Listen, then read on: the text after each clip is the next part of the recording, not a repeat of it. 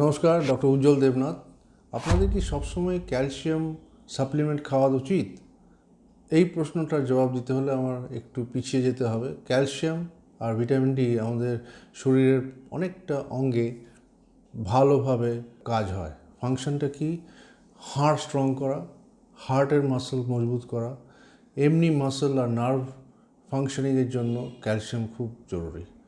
এখন calcium supplement কাদের দিতে হয়? যাদের ভেজিটেরিয়ান ডায়েট বা কোনো কারণে ল্যাকটোজ ইনটলারেন্স, দুধ খেতে পারে না বা ডেইরি প্রোডাক্ট খেতে পারে না। তারপরে বাচ্চাদের যারা খেতে পারে না অনেক সময় এক্সট্রা কিছু ক্যালসিয়াম রিচ প্রোডাক্টস।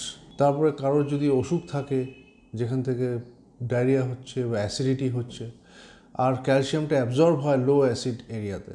এই জন্য সবসময় ক্যালসিয়াম রিচ সাপ্লিমেন্ট দেওয়ার আগে ভাবতে হবে ওনার ক্যালসিয়াম দরকার কিনা।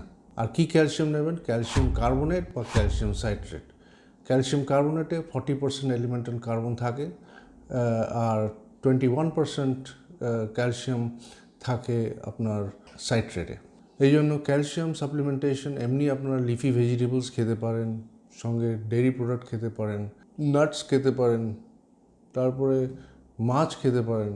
এইসবে ক্যালসিয়ামের অনেক বেশি পরিমাণ পাওয়া যায়, ন্যাচারাল ক্যালসিয়াম। কিন্তু আপনারা সাপ্লিমেন্ট খেতে হলে বয়সকালে আমাদের হয়তো খেতে হবে more than 50 years in female, more than 70 years in male. এই হচ্ছে কি ব্যাপার।